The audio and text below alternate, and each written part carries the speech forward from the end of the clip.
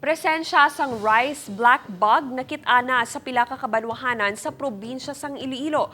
Mga humay nagakalaya kumahalitan sang peste. Ini ang gitutukan ni Daryl Marie Sarmiento.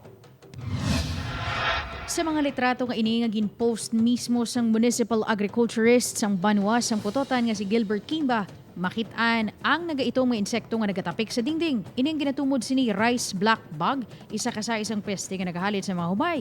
Apang hindi lang sa Putotan nakita ang ining mga peste kundi sa pila pa ka mga kaiping nga kabanwahanan. Suno kay Kimba, ginaamag sa nasambit nga peste ang sanag kag masami nga nagagwa sa tion nga masanag ang bulan. Time nga gagwa gid ni sila ga travel is every full moon.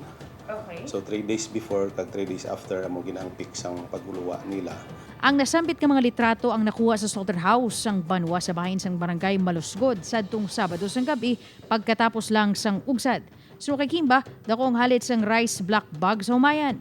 Daw pareho man sang waya-waya bala nga damage nagakalaya. Humay. May 6,347 hectares sang humayan ang Putotan nga ginakabig man rice granary sang probinsya. Butang, nga amo na lang ang pagpanginlaman sang mao sa halit nga dala sang rice black bug. Isa na diri ang pag-spray sang organic nga pamatay sa peste ukon ang ginatawag metarhizium, isa kasahi sang fungus. Ang kanami lang sang metarhizium is hindi sa immediate mapatay pero nag-amat-amat develop ang fungus mismo sa lawas sang black bug. At the same time, mabalik sa area ko din sila katipon, siya na ang mas-spread sang fungus sa iya mismo nga upod. Sa karon wala sang may na-monitor nga humayan sa Banwa nga nahalitan sang rice black bug sa piyak sini. Maid-id nga ginamonitor ni Ramil ang iya tanamnan. Adlaw-adlaw haros dyan man kami stramnan, na-monitor man naman kung ano nga mga piste, kung ano nga mga pesticide ang ginagamit naman.